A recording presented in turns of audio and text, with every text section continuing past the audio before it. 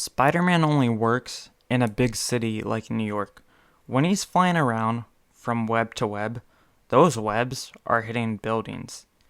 He'd have no way to move fast in a place like Nebraska where there are no big buildings. What is he going to use for his webs to hit? A cornfield? He also climbs buildings to get a better view of flying villains.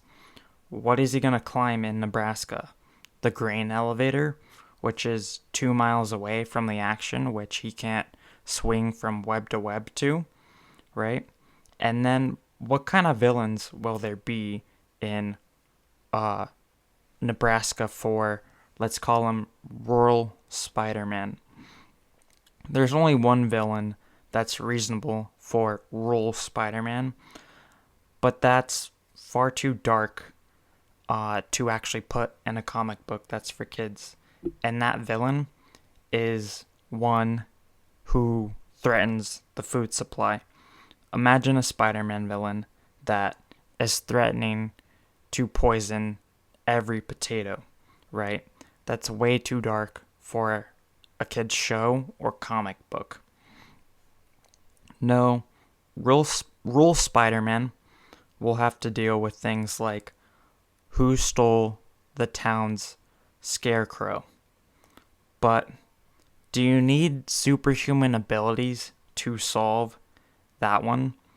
You know, like you see the scarecrow in your neighbor's car, right? You don't need superhuman abilities to solve that one, right?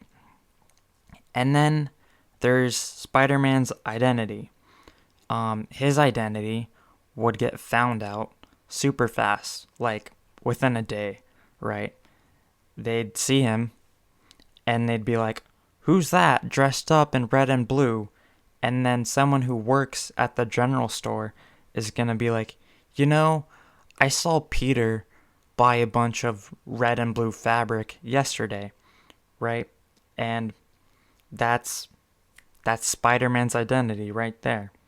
That's why Spider-Man can only work in a city like New York, Chicago, Miami, San Francisco, where there's a lot of action and a lot of people that, he can buy different fabric from different stores, right? He can buy the blue fabric from Walgreens and then he buys the red fabric at CVS, all, on a different day because he's a stranger in New York.